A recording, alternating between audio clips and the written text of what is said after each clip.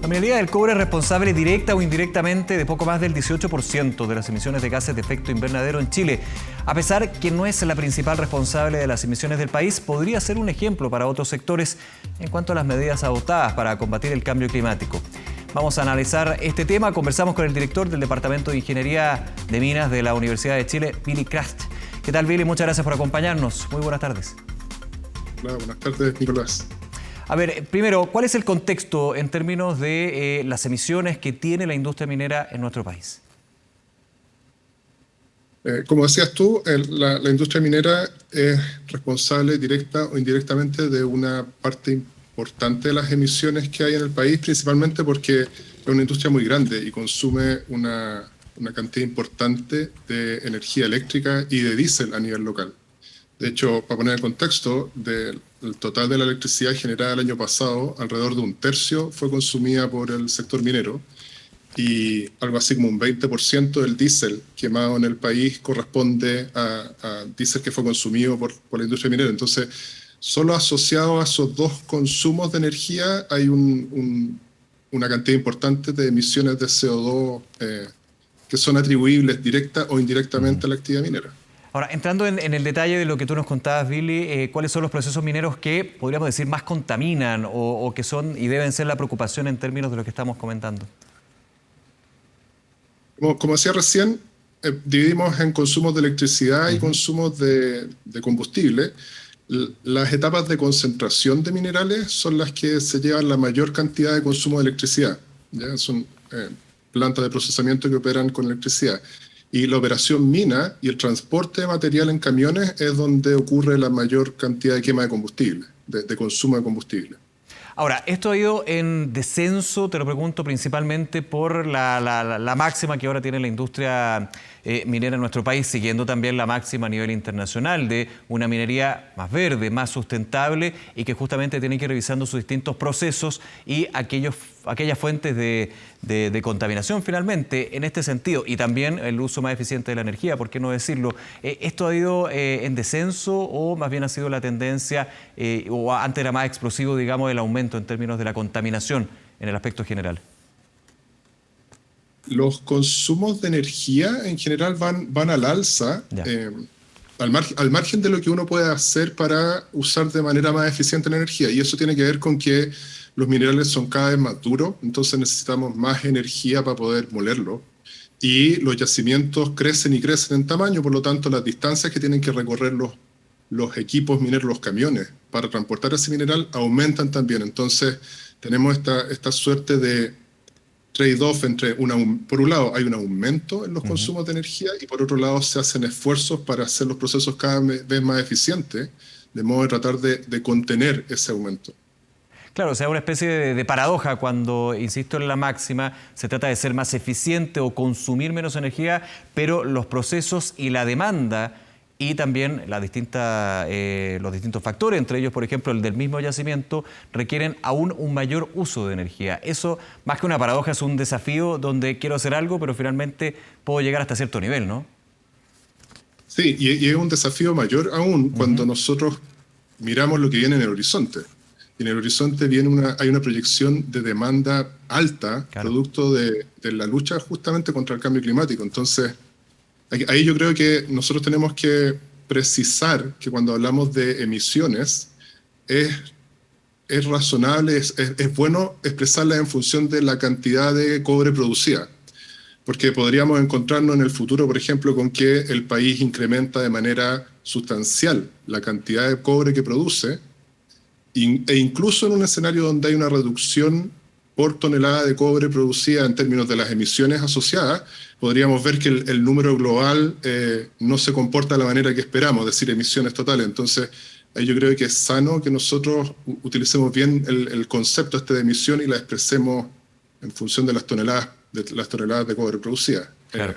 Lo mismo aplica para otros minerales, de hecho. Por supuesto. Billy, en un punto de lo que estamos hablando en términos de la energía, ha habido también, o se está desarrollando, muchos esperarían que fuera más acelerado, pero obviamente tiene sus tiempos, un cambio en la matriz energética en Chile.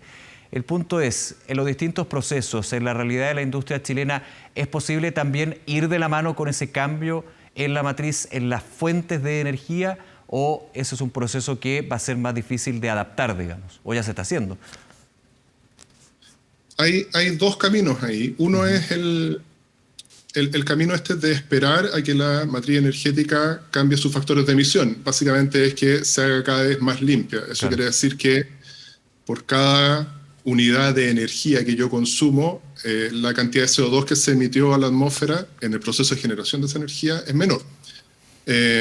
Ahora, eso es lo que ocurre, o el escenario en que tú tienes una reducción de emisión asociada a la energía producto de la transformación de ese sector, pero también puede ser que nosotros nos abramos a revisar la forma como se realizan los procesos en minería, en particular abrirnos a estrategias de gestión de demanda de energía que nos hagan aprovechar las energías renovables cuando están disponibles. Por ejemplo, si quisiéramos operar una planta o una faena basándonos fuertemente en consumo de energía solar, uno esperaría que se intensifiquen los consumos de energía durante el día, que es donde hay más disponibilidad de energía solar.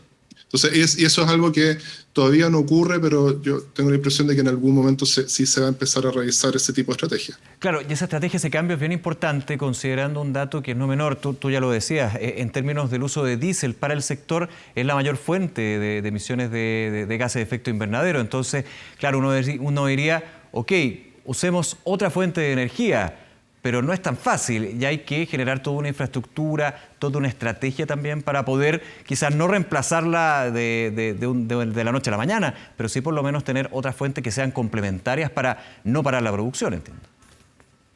Sí, efectivamente. El caso del diésel es un poco diferente. En el caso de la energía eléctrica, hay tecnología para generar energía de bajas emisiones y lo que estamos esperando es que ocurra la transición del sector energético. Y de hecho el sector minero está empujando fuerte para que eso ocurra con rapidez. O sea, lo que pide es que los nuevos contratos sean de energías limpias. En el caso del reemplazo del diésel, la cuestión es un poco distinta porque depende de quiebres tecnológicos, de cambios tecnológicos que nos permitan operar camiones de gran tonelaje, como los que se utilizan en minería, reemplazando el diésel por hidrógeno. Y eso no es tan claro que vaya a ocurrir en el corto plazo. Entonces ahí hay que ser un poco más cautos con las proyecciones que se hacen de reducción o de metas de reducción de carbono, por lo menos en ese ámbito. Claro, uno es la ecuación y también lo hemos comentado muchísimas veces en el programa, la generación que se puede llevar a cabo en Chile, que ha partido ya de a poco, digamos, como todos los procesos de generación de hidrógeno, o hidrógeno verde también como se conoce. Aquí no es inyectar, digamos, voy a decirlo muy mundano, inyectar hidrógeno a los grandes camiones o la maquinaria que usa la minería. Primero tiene que haber una reconversión, ya lo conocemos en términos más de uso doméstico, con el uso de electricidad, electromovilidad. Aquí hay que hacer un cambio del vehículo completo, no solamente, digamos, del motor. Se puede hacer una especie híbrida, pero estamos viendo algo que puede ser bastante más exigente. Sí, y también las cadenas de suministro. Claro. Por ejemplo, nosotros, si las generadoras de energía cambian por energía renovable, seguimos utilizando la misma línea de transmisión. Entonces, para el usuario no hay gran diferencia. Si vamos a cambiar diésel por hidrógeno, no es tan sencillo. Hay que tener la infraestructura para poder trasladar y llevar ese hidrógeno al lugar donde va a ser consumido. Claro, lo que finalmente lleva a mantener la continuidad operacional.